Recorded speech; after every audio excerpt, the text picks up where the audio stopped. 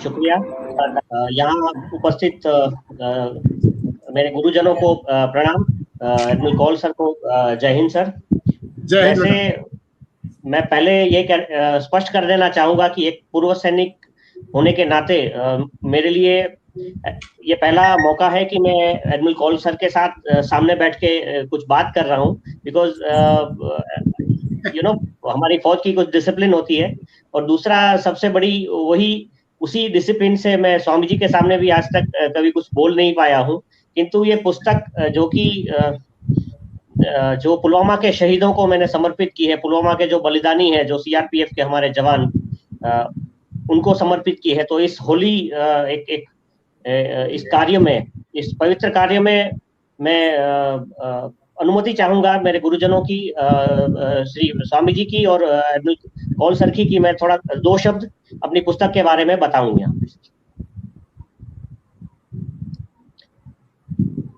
ये पुस्तक लिखने के पीछे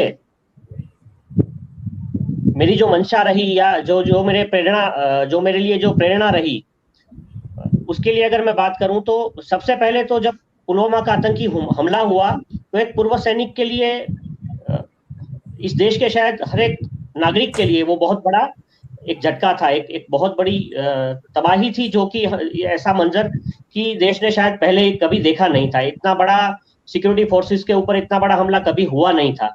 तो इस हमले ने मुझे अंदर से झकझोर के रख दिया था। और उसके बाद कई सारे टीवी डिबेट्स चले जिसमें मुझे जाना पड़ा। तो वो अंदर ही अंदर मुझे ये बात इसकी ऐसा कैसे हो गया, ये खाए जा रही थी। और लगातार रोज के 5 घंटे के टीवी डिबेट्स में मुझे इमोशनली काफी ज्यादा अंदर सोचने पे मजबूर कर दिया कि मैं इस बारे में कुछ कहूं।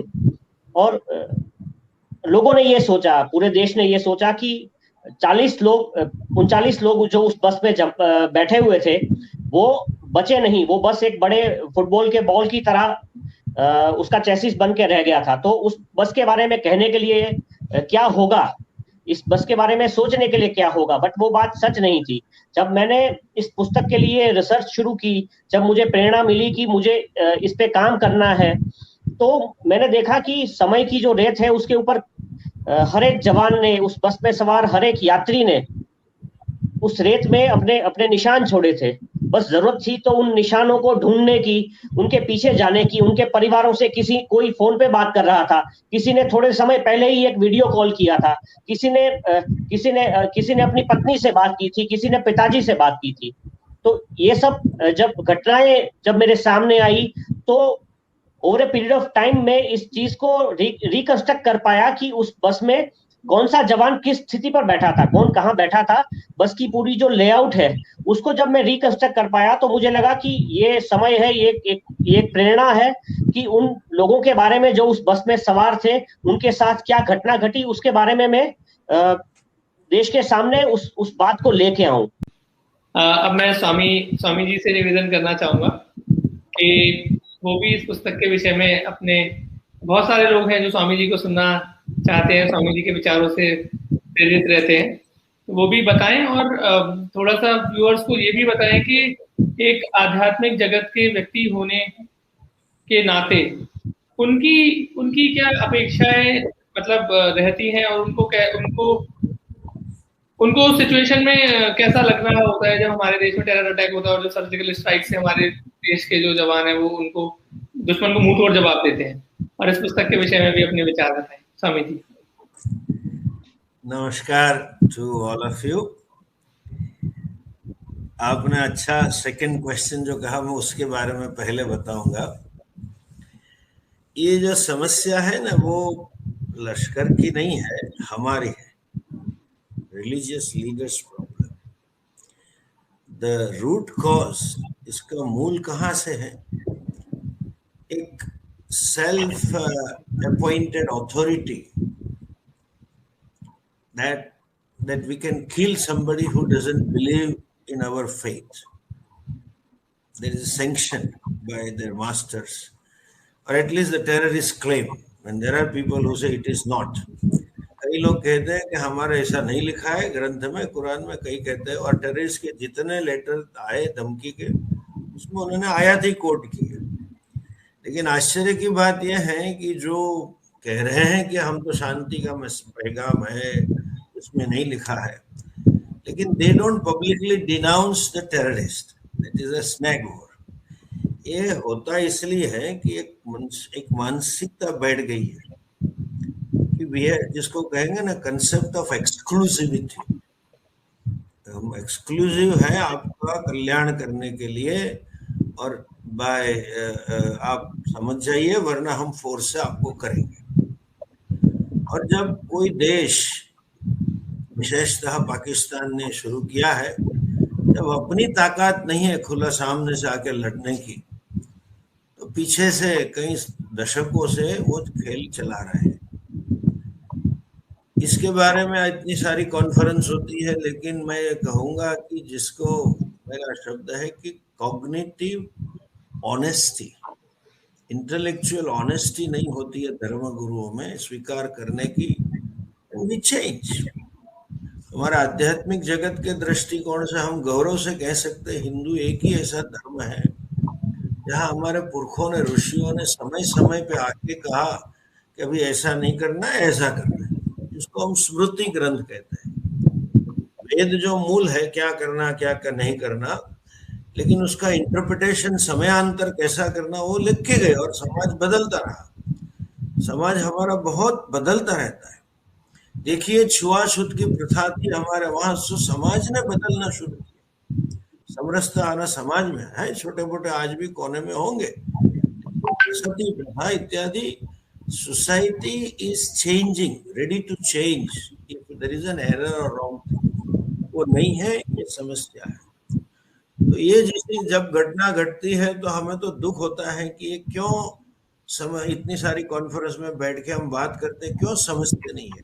उनके पास, धर्मगुरुओं के पास ये ताकत होनी चाहिए कहने की ये सब गलत है, अभी इसको चेंज करना है। और ये तो मैं G8 में भी हमने कहा था कि भाई ये फंडा में ह्यूमन राइट से गलत है।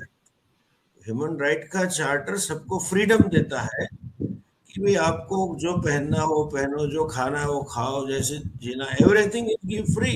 Why you force a religion saying that we are the only one who can give you salvation or moksha, whatever, some promises thereafter, which is also a faith, which is a belief, which is non-verifiable again, ठीक है। तो समस्या ये है, और जब भी ऐसी कुछ घटना घटती है तो स्वाभाविक बड़ा दुख होता है। जो अगर सामने से आके लड़के मर जाते हैं जवान तो गौरव होता है कि चलो ठीक है, वो तो दुख तो होगा ही कभी भी, लेकिन जब पीछे से वार होता है तो बड़ी दुखद घटना होती है। द्वेष नहीं होता है तो लेकिन खुशी इसलिए होती है कि इतने उन्होंने मार दी हमारे, तो हमने पुलवामा में उसका बदला ले लिया, वो नहीं है। खुशी इसलिए है एक सबक सीखा ताकि दोबारा ये लोग हिम्मत नहीं करें। और कहीं पता नहीं अगले दशक में, और इस दशक की मतलब to 10, 12, 14 तक we were taken for granted, we were treated as guinea pigs। Bharat की जनता को ऐसे ही चल रहा था, पता नहीं सरकार में एक जिम्मेवारी का भाव नहीं था। जैसे अभी मनन जी ने बताया, हमने भी सुना था काफी क्वार्टर से, ये responsible head of the state के मुझे एक जान जानी नहीं चाहिए, मेरा एक जवान नहीं मरना चाहिए, you have to plan that. और वो खुद सुपरवाइज करते हैं, बैठते रहते हैं, क्या हुआ कैसे हुआ। You are responsible, when you say Bharat एक देश है, as a head you are responsible for every life of this country. वो नहीं थी, ऐसा लग रहा था जिस प्रकार से हमारे पे अटैक आतंकवादियों के होते हैं।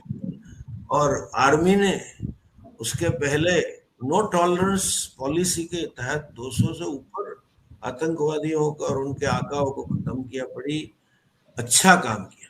It was need of the hour to stop those fellows, that they can not take us for granted. और ये जो मनन जी ने बताया, मैं समझ सकता हूँ, विजुअलाइज कर सकते हैं कि वॉर रूम में कितना मेटिकुलस प्लानिंग करना पड़ता है। हम तो लश्कर में नहीं रहे, पॉल साहब की तरह we were not a party to such operations.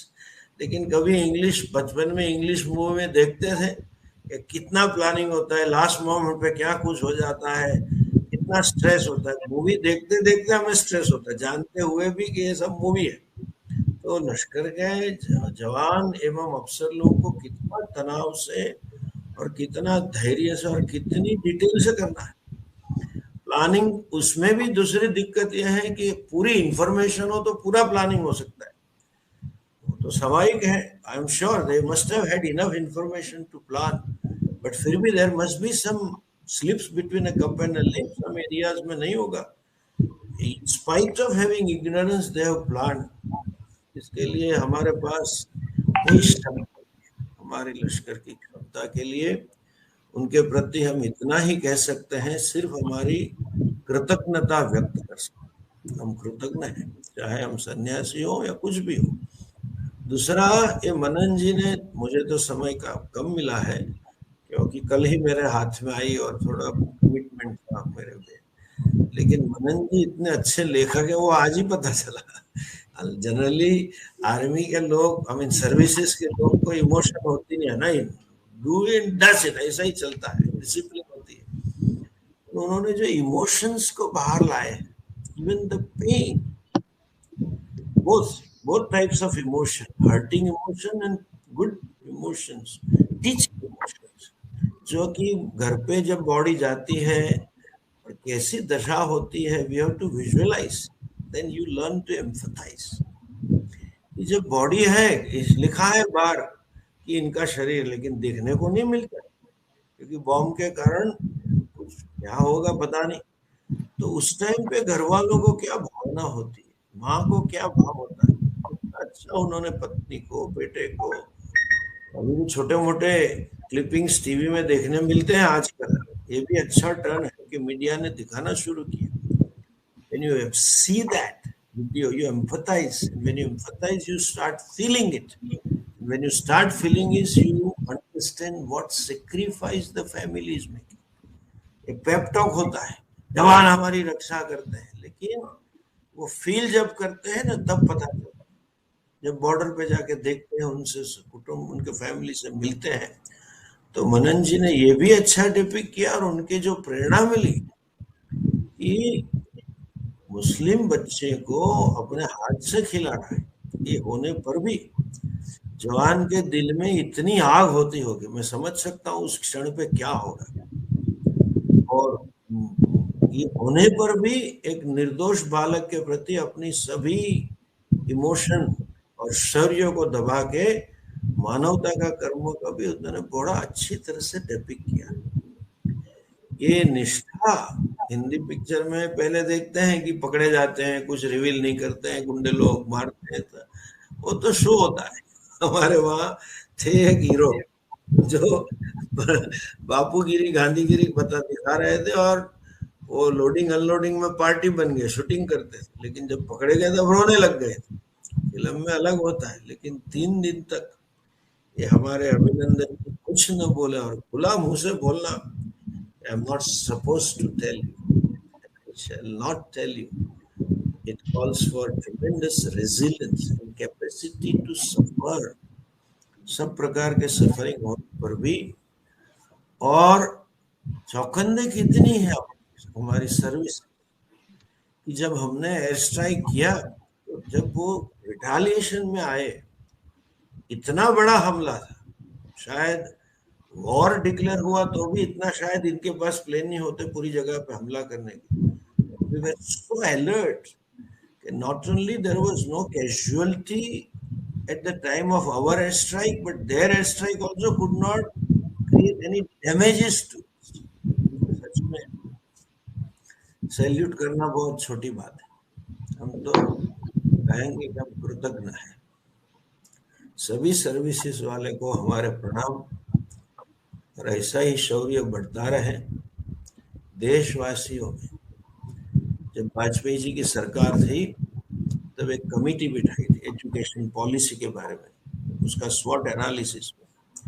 उस टाइम पे 50 साल हुए थे, तब समिति ने लिखा था कि वीकनेसेस क्या है, तो उसमें एक पॉइंट था कि आज जो राष्ट्रभाव जब 40 के दशक में, 50 के दशक में था, इतने सारे अरबों खरबों रुपए शिक्षा में डालने के बावजूद भी आज वो राष्ट्रवाद धीरे धीरे घटता गया है।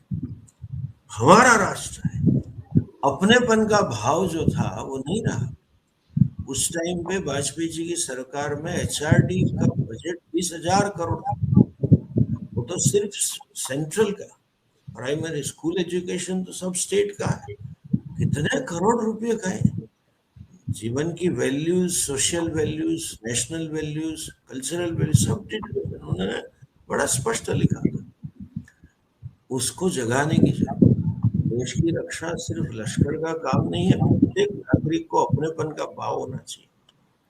हमें खुशी है कि ये सरकार ने इस दिशा में ऐसे सॉफ्ट स्टेप्स लिए हैं कि इनडायरेक्टली भावना कई मात्रा में खड़ी हुई है। और ये मनन जी की किताब जो है वो सच में बताओ तो मैंने जैसे कल रात को शुरू की, बिकॉज आज भी मुझे समय नहीं मिलने वाला था, कल शाम को वो दे गए तो मैंने शुरू की। I could not resist to stop myself. मैं पढ़ते पढ़ते सो गया। It is so vivid. And morning में जब उठा तो वही मंदिर में जब गए सुबह में पूजा करने के लिए, तो यही याद आया कि भगवान हमारे सैन्य को, सब सैन्य के रक्षकों को ऐसे ही, अभिनंदन जी जैसी, प्लानिंग जी, सब शक्ति पराक्रम दे और जनता में भी ऐसा भाव हो, उनके प्रति आदर का भाव हो। और मुझे पूरा विश्वास है अगर ये किताब जैसे पाठक जी ने बताया पढ़ लेंगे पहले से लास्ट तक तो सबको हो जाएगा चलो बॉर्डर पे चले जाना है, या राष्ट्र की रक्षा का भाव खड़ा कर देगा। बहुत अच्छा लिखा है उन्होंने। पॉल जी ने भी बड़ी सटल निर्देश और मनन जी को सहाय किया। और पाठक जी आप तो अपने सब प्रचलित है, ऐसे ही कार्य आप करते हैं।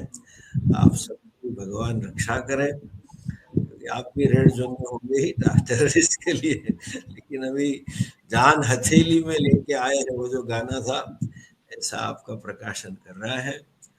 आपके प्रकाशन में ऐसी वृद्धि हो, ऐसी अच्छी किताबें आए, सभी भाषाओं में प्रकाशित हो, जन जन सुने तब जाके खड़ा होता है। ऐसा भारत फिर जागरूक हो, देश के लिए, मातृभूमि के लिए जो भाव सैनिक का हो वो प्रतिक्षण हमारे हृदय में रहे, ताकि हम देश को न लूटें, देश के प्रति बेईमानी ना करें, और अपना है जीवन जिए। उस काम में आप सबको शक्ति मिले, आप कर सके। और कौन साहब ऐसे ही अच्छे कार्यों में मार्गदर्शन होते हैं ना कि लश्कर का आदमी कभी रिटायर होता ही नहीं है, उसके दिमाग में वो जलन तो रहती है राष्ट्र की। उनके पास जो अनुभव का जो रिच ट्रेजर है वो बांटने के लिए वो भी उपयुक्त हो। मनन भाई तो क्या कहे, वो तो हमारे बेटे जैसा है, उसकी भावना के प्रति हमें आदर है। ये भावना न सिर्फ उसमें रहे, वो सबको प्रेरित करता रहता है, टीवी में जाके, किताब में जाके, सोशल, उसकी फैमिली में, वो साइड में बेचारे उसकी बीवी संभालती है घर को, वो तो देश का ही काम कर, लश्कर में से रिटायर होने पर भी, तो फैमिली की भी रक्षा हो। और मनन जी से प्रेरित होकर सभी लोग ऐसी भावना वाले हो, यही आशीर्वाद, यही भगवान के चरणों में प्रार्थना के साथ सबको धन्यवाद। और पुनः रिटायर्ड और अभी हैं वो सभी लश्कर के सर्विसेज के मेंबर्स को वंदन करते हुए अपनी बात को